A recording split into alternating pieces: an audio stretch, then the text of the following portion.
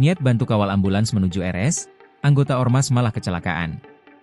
Sebuah insiden tidak biasa terjadi di jalan raya dan menyita perhatian publik setelah terekam dalam sebuah video yang viral di media sosial.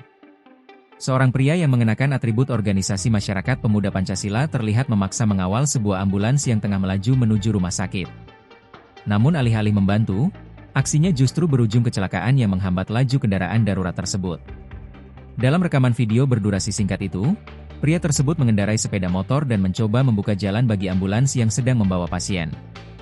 Ia tanpa berupaya memberi isyarat kepada pengendara lain agar menepi, bertindak layaknya petugas pengawalan resmi.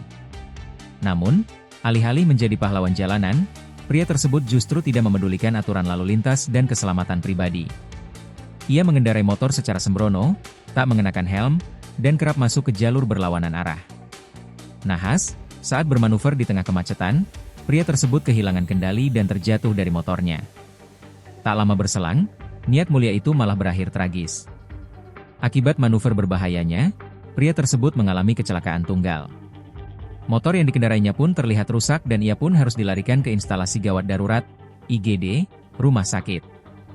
Insiden tersebut langsung menyebabkan ambulans yang berada di belakangnya terpaksa berhenti mendadak, membuat proses evakuasi pasien ke rumah sakit tertunda.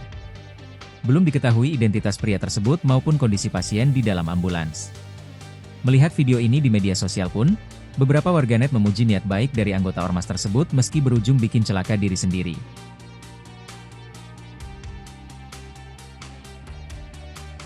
Download Tribun X sekarang, menghadirkan lokal menjadi Indonesia.